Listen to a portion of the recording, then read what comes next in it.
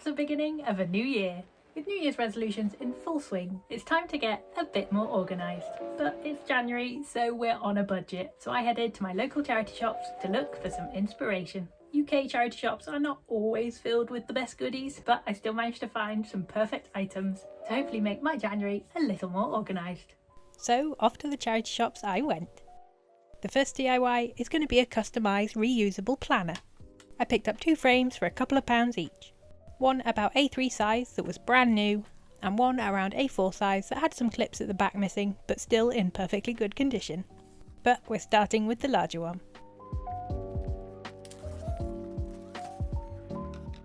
I first roughly measured the area available in the frame with some paper, then planned out the design I wanted. For this one, I wanted a simple monthly calendar that I can add all my important dates and reminders on. You can design any planner you like to suit your organisation style.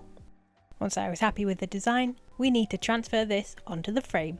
Now, I do have a digital cutter that I thought I could use to cut out vinyl pieces to match the design, but as we're going for budget DIYs here, I just opted for a permanent marker. So you could just copy this design straight onto the frame, but I did a little extra step that I think is well worth it. I'm actually going to add the design to the back of the glass, or in this case acrylic, so it's almost trapped inside the frame and can't be accidentally smudged or removed. So for this, we need to reverse the design of the planner.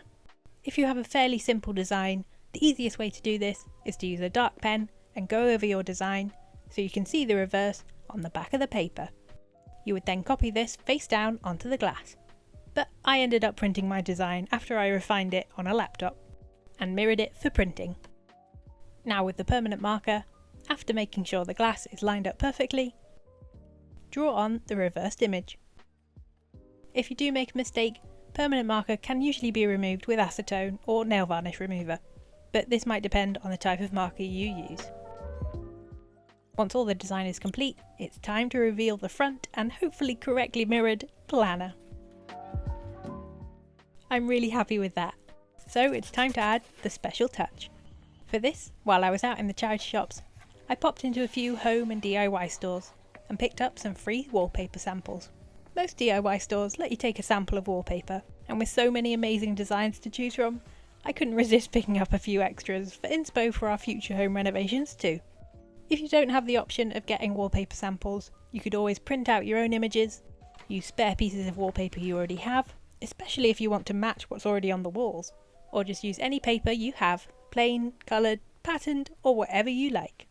I placed the glass over the samples to see which one looked best, and ultimately decided this amazing lemon design was the one. I found the best positioning and cut out the same size as the glass.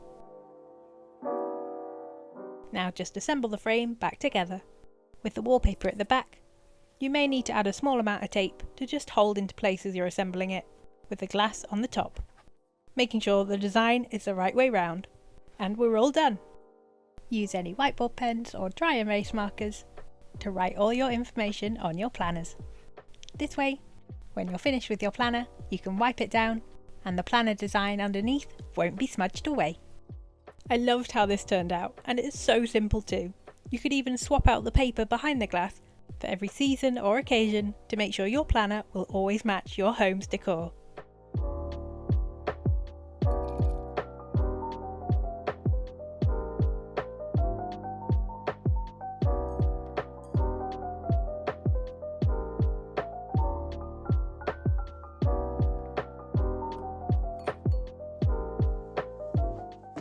I made a second planner too, with the smaller frame, and some of the other wallpaper samples. This one is a to-do list and schedule planner for my busy days. Next up, I technically didn't get this from a charity shop, but it was on sale for £5, so I think that still counts as a budget buy. We're going to be making some storage. And I know what you're saying, Ellie, this box already is storage. Yes, but I'm going to be making Storage Plus. My idea for this is to take a simple box and turn it into a desk organiser drawer, flipping the lid of the box over to act as a tray and the box as the drawer. To put this all together, I found a cheap, or old if you have one, folder that's made of the same fairly thick cardboard as the box. Cutting one half of the folder, this will be the top. Then measuring the height my new box needs to be, so the drawer can slide nicely in and out, which in my case was 8 centimeters. Cutting 2 lots of these 8 centimeter rectangles. That's all the pieces I need.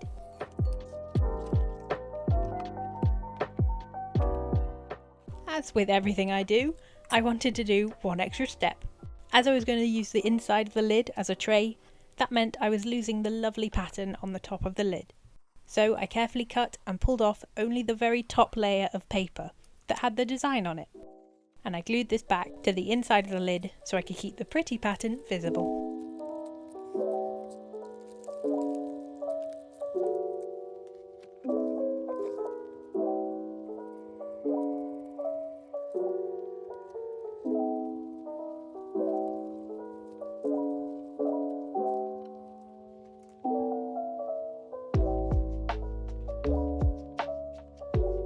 To put it all together, I glued the edges of the 8 centimeter strips and glued them down to the edge of the new box to create this little shelf.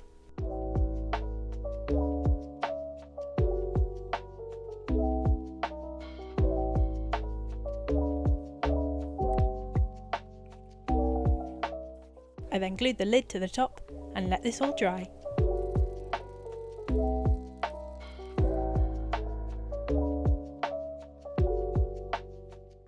Once dry, it was time to put it to use.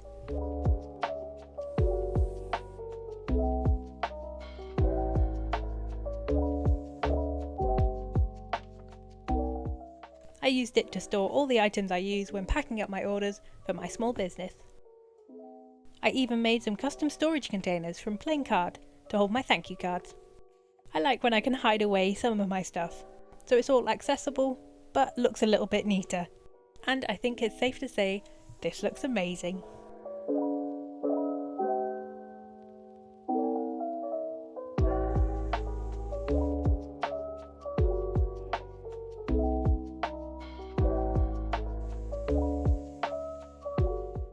Finally, we're going to be making some more storage, but this time tiered baskets for all the bits and bobs I need while crafting. I picked up these 3 small wicker tray baskets, all for £1, which was a bargain. And then for another £1, I found these 3, I think, candle holders. But any sturdy tube-shaped items would work. The idea is to tier the baskets using the candle holders as the pillar.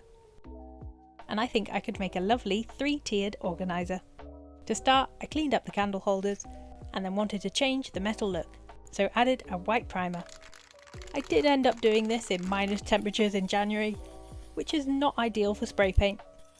So it doesn't end up perfect, but that will be okay, as after the primer had dried and a couple layers added, I'm using this textured spray, which will hide any imperfections.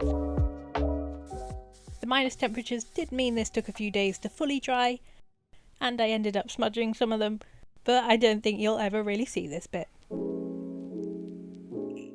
To assemble the tiers, I needed the strongest glue I had, to bond the wooden texture of the baskets to the metal of the pillars.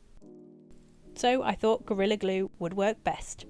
You may need to experiment which glue works best for any of the materials and textures you use if you recreate this. Gorilla Glue works with moisture, so I lightly sprayed the baskets with water. Then, with some difficulty, because this bottle of glue was fairly old, I squeezed out the glue onto the bottom of the candle holder, spreading out a good layer. Remember, Gorilla Glue expands when drying, so you don't want too thick of a layer, otherwise it will expand out of control. Position the candle holder as directly in the middle as you can, and secure with some masking tape, to make sure the holder is vertical and where you want it to be. I used some heavy books to hold this down too, to make sure a secure hold. Repeat this with the other baskets, and after the 2 hours drying time, repeat again to secure all 3 baskets onto the candle holders.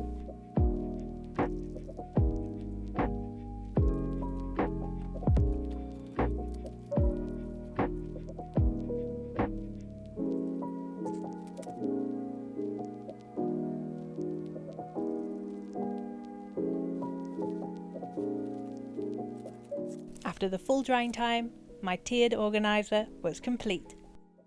The baskets were holding strong. I only plan on adding fairly light stuff to my organiser, so it should last for all my organisation needs.